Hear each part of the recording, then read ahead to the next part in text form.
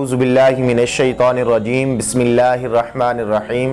दोस्त ने सवाल किया है, अगर कोई शख्स मजबूरी की हालत में औरत को तलाक देना चाहता है और वो कहता है कि भाई मैं तलाक भी दूं और मेरी बीवी मेरे निकाह से जाए भी ना, तो इस सूरत के अंदर क्या करना चाहिए, कैसे तलाक देनी चाहिए कि तलाक भी दी जाए और बंदे के निकाह से वो जाए भी ना, मतलब निकाह भी खत्म ना हो। तो इस सूरत के अंदर क्या करना चाहिए और कैसे तलाक देनी चाहिए। तो इस मसले को समझने से पहले आपको ये मालूम होना चाहिए कि तलाक की 3 किस्में हैं। एक है तलाक़े रजई, एक है तलाक़े बाइना, एक है तलाक़े मुगल्लज़ा। अब इसकी तारीफ करते हैं तो इनमें आपको आपका मसला मालूम हो जाएगा। अगर कोई शख्स सही अल्फाज के अंदर एक मर्तबा अपनी औरत को तलाक देता है और कहता है कि मैंने तुझे तलाक दी, तो इस सूरत के अंदर वो बंदा अपनी औरत को तलाक़े रजई दे रहा है। और इस तलाक का मतलब ये है कि वो बंदा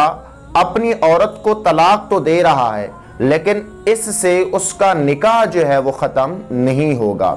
जितनी इद्दत है जो तलाक की, अगर उस इद्दत के अंदर वो बंदा अपनी औरत के साथ रुजू कर लेता है, रुजू का मतलब ये है कि वो उसके साथ मिल लेता है, उसका बोसो किनार कर लेता है, तो इस सूरत के अंदर वो उसके दोबारा निकाह में आ जाएगी और दोबारा उसको निकाह करने की भी ज़रूरत नहीं होगी।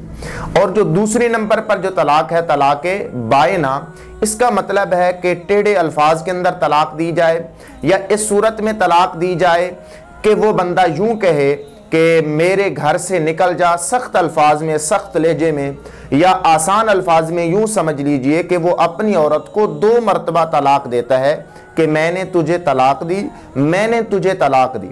तो इस सूरत के अंदर जब 2 मरतबा तलाक देगा तो ये जो तलाक होगी ये तलाक़े बाइना होगी। इसका हुक्म ये है कि वो बंदा अपनी औरत को अपने निकाह से फारिग कर रहा है, अब निकाह भी बाकी नहीं रहेगा। हाँ, रुजू का हक हासिल है अगर वो बंदा हालत इद्दत के अंदर, जो तलाक की इद्दत है, उस इद्दत के अंदर अगर दोबारा अपनी बीवी के साथ निकाह कर लेता है तो फिर उसके लिए वो बीवी हलाल हो जाएगी। अब तीसरे नंबर पर जो तलाक आती है वो तलाक़े मुगल्लज़ा है।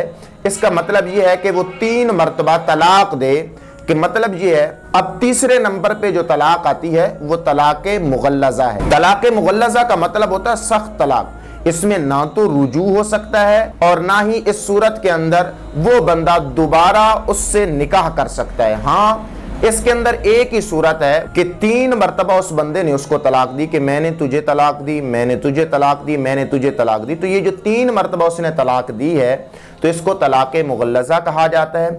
इसका हुक्म ये है अब रुजू भी नहीं कर सकता इद्दत के अंदर भी। हाँ, एक सूरत है शरई हलाले के बाद फिर वो बंदा उससे रुजू कर सकता है, फिर उसको अपने निकाह में लेके आ सकता है, वगरना वो बंदा निकाह में नहीं लेके आ सकता। तो आजकल हमारे जो मुआशरे में हो रहा है, जब भी गुस्सा आता है, जब भी कोई ऐसा मसला होता है, वो सबसे पहले अपने औरत को 3 मरतबा तलाक दे देते हैं कि मैंने तुझे तलाक दी, तलाक दी, तलाक दी। तो 3 मरतबा ही कह देते हैं।